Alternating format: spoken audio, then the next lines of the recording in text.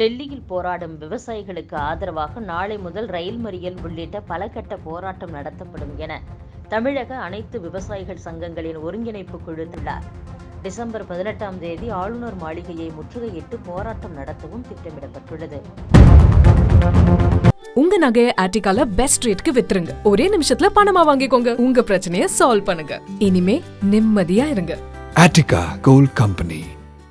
Corona தடுப்பூசிக்கு யாரும் கட்டணம் வசூலிக்க மாட்டார்கள், இது அரசாங்கத்தின் நிலைப்பாடு என கேரள முதலமைச்சர் பினராயி விஜயன் அறிவித்துள்ளார்.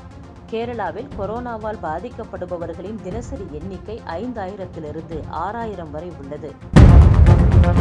சீன பெருஞ்சுவர் கட்டும் பணியில் ஆயிரக்கணக்கான மக்கள் மடிந்து போனார்கள். மக்களை காக்கத்தான் இந்த சுவர் என்றார்கள் மன்னர்கள்.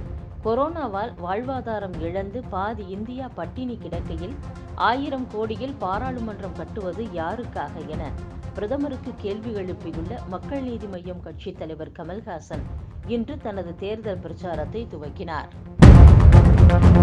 சாலை போடுவது, கட்டடங்கள் கட்டுவது, மின்சாரத்திற்கு ஏற்பாடு செய்வது எப்படி நாட்டின் உள்கட்டமைப்பை மேம்படுத்தும் நடவடிக்கைகளோ அதேபோலதான் புதிய நாடாளுமன்றம் கட்டடம் கட்டுவதும் என மத்திய நிதியமைச்சர் நிர்மலா சீதாராமன் தெரிவித்துள்ளார். வழக்குகள் மூலம் என்னை அச்சுறுத்தலாம் என்று முதலமைச்சர் நினைத்தால் அதைவிட அரசியல் அறியாமை ஏதும் இருக்க முடியாது. தமிழக காவல்துறை தொடர்ந்துள்ள இவ்வழக்கின் மீது குற்றப்பத்திரிகை தாக்கல் செய்யப்படுமேயானால் மறைந்த முதலமைச்சர் ஜெயலலிதா சொத்து வழக்கில் உச்சநீதிமன்றம் கூறிய கண்டன கருத்துக்களை விசாரணை நீதிமன்றத்திலேயே உண்மை என்று நிரூபிக்க ஒரு வாய்ப்பு எனக்கு கிடைக்கும். அந்த அடிப்படையில் இவ்வழக்கை வரவேற்று முதலமைச்சருக்கும் தமிழக காவல்துறைக்கும் நன்றி என திமுக துணை பொதுச் செயலாளர் ராசா அறிக்கை வெளியிட்டுள்ளார். போலி டிஆர்பி தொடர்பான வழக்கில் தங்கள் ஊழியர்களை காவல்துறை கைது செய்யக்கூடாது என உச்சநீதிமன்றத்தில் ரிபப்ளிக் டிவி சார்பில் வைக்கப்பட்ட கோரிக்கையை உச்சநீதிமன்றம் நிராகரித்தது.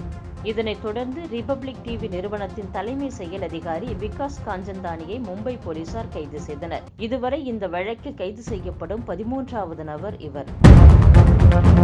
கடவுள் இல்லை என்று சொன்னால் யாரும் ஓட்டு போட மாட்டார்கள் என திமுக தலைவர் ஸ்டாலினுக்கு தெரிந்துவிட்டது. இந்துக்கள் ஒருங்கிணைகிறார்கள் என்றவுடன் ஸ்டாலினுக்கு பயம் வந்துவிட்ட காரணத்தினாலேயே ஆன்மீகம் பற்றி பேசுகிறார் என தமிழக பாஜக தலைவர் முருகன் விமர்சித்துள்ளார். காஞ்சிபுரம் மாவட்டம் உத்திரமேரூரில் 500 ஆண்டு கால பழமை வாய்ந்த குழம்பேஸ்வரர் கோவிலில் 100 சவரன் மதிப்புள்ள தங்க புதையல் கிடைத்துள்ளது.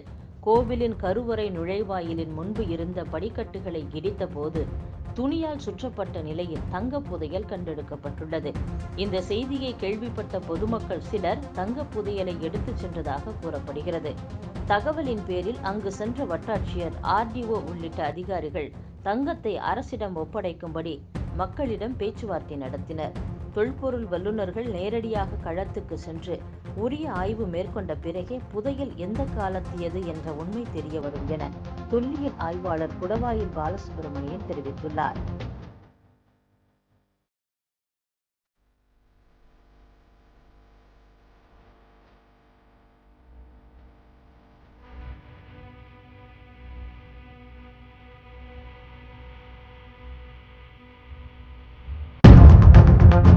நடிகை சித்ரா தற்கொலை தொடர்பாக அவர் பங்கேற்ற நிகழ்ச்சியின் தயாரிப்பாளரிடம் விசாரணை நடத்தி வாக்குமூலம் பெறப்பட்டுள்ளதாக சென்னை மாநகர காவல் ஆணையர் மகேஷ்குமார் அகர்வால் கூறியுள்ளார்.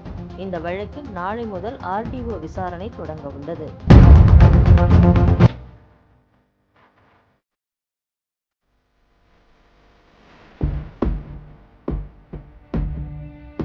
தெலுங்கானா மாநிலம் ஹைதராபாத்தில் விப்ரோ சர்க்கிள் பகுதியில் வேகமாக வந்த ட்ரக் வாகனம் கார் மீது மோதியதில் சம்பவ இடத்திலேயே 5 இளைஞர்கள் உயிரிழந்தனர். விபத்தின் CCTV காட்சிகளும் வெளியாகியுள்ளன.